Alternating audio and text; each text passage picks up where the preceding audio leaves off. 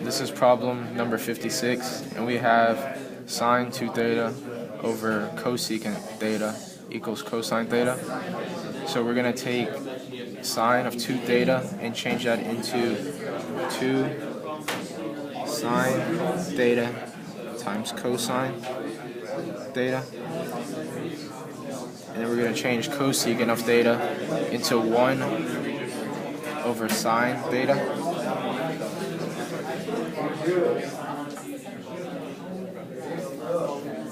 And from here, we're going to go ahead and divide by sine of theta, which is basically the same thing as multiplying by sine of theta. So that gives us 2 sine squared theta times cosine theta equals cosine theta. And we're now just going to subtract cosine theta from both sides to set the problem equal to 0.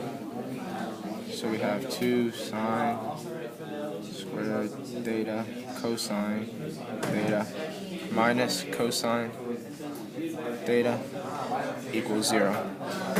Okay, now we're going to go ahead and factor out a cosine of theta. And that gives us 2 sine squared theta minus 1 equals 0. And now we're going to set each one equal to 0. So cosine theta equals 0. And 2 sine squared theta minus 1 equals 0. So we're trying to find theta, the cosine, when theta is 0, and that happens at 2 places.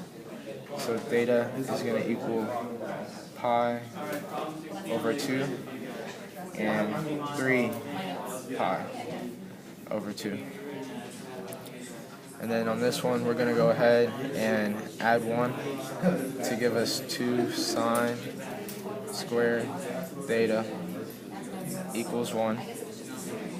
And then we're going to divide by 2, giving us sine squared theta equals 1 over 2. And now we're going to take the square root of both sides. So this gives us, on this side, sine of theta. And over here we get the plus or minus the square root of 1 over 2.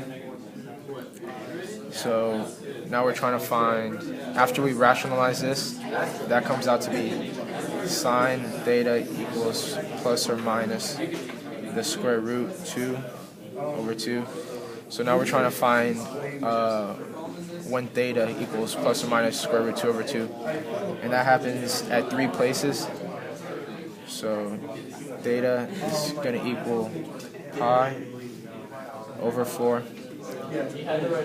5 pi over 4, and 7 pi over 4.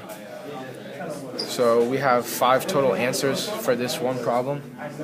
So we're going to go ahead and put it in our solution set, and that gives us pi over 4,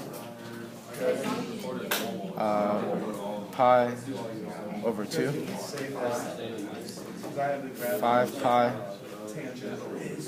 over 4, 3 pi over 2, and 7 pi over 4.